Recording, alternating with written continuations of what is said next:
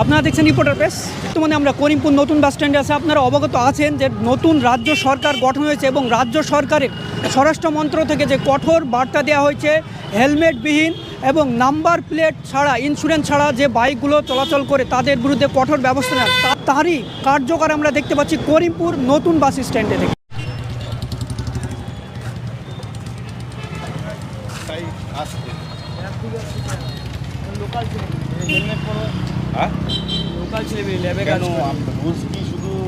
বাইরের লোকেদের জন্য? বাইরের লোকের জন্য না, আমি কেবল ল্যাব দিয়ে কাজ করে আসছি স্যার। হেলমেট নেই কেন আপনার?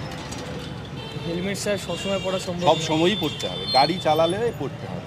সে তো জানি স্যার, বাইরে ছাড়া বাইরে গেলে বাইরে নয়, বাইরে দূরে পারে যাই তখন বাইক চালালেই আপনাকে হেলমেট পড়তে হবে। আচ্ছা, আপনাকে সাবধান করে দেওয়া হচ্ছে, নেক্সট টাইম এটা বলা হবে না। বোঝা গেল? ঠিক আছে। ওই আগে কি ঘটেছে ওগুলো বাদ দিন। আপনি যখন রোডে আপনি গাড়ি চালাবেন আপনাকে পড়তেই হবে। আজকে সাবধান করাচ্ছি, নেক্সট টাইম আমি বলবো না।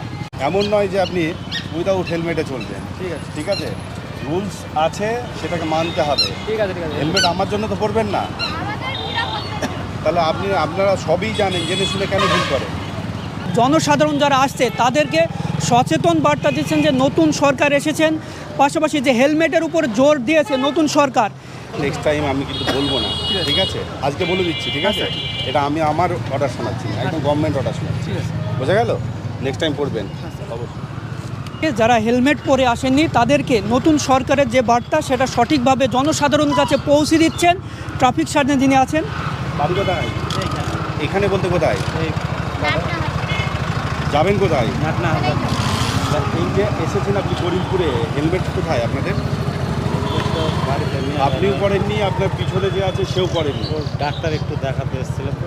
আপনি যেখানেই যান না কেন হেলমেট আছে আপনার? হ্যাঁ, হেলমেট আপনাকে পরতেই হবে, এটা হচ্ছে গভর্নমেন্ট রুল। উইদাউট হেলমেটে গাড়ি চালানো যাবে না, ঠিক আছে। প্লাস বসাও যাবে না পিছনে। ঠিক আছে স্যার, ভুল হয়ে গেছে। আজকে আপনাদের সাবধান করে দিচ্ছি, হেলমেট নিশ্চয়ই আমার জন্য পরবেন না না। না, ঠিক আছে। আপনাদেরই সুরক্ষা। হ্যাঁ, তাহলে আজকে আমি সাবধান করে দিলাম, নেক্সট টাইম কিন্তু সেটা চালান হবে, ঠিক আছে? ঠিক আছে, ঠিক আছে।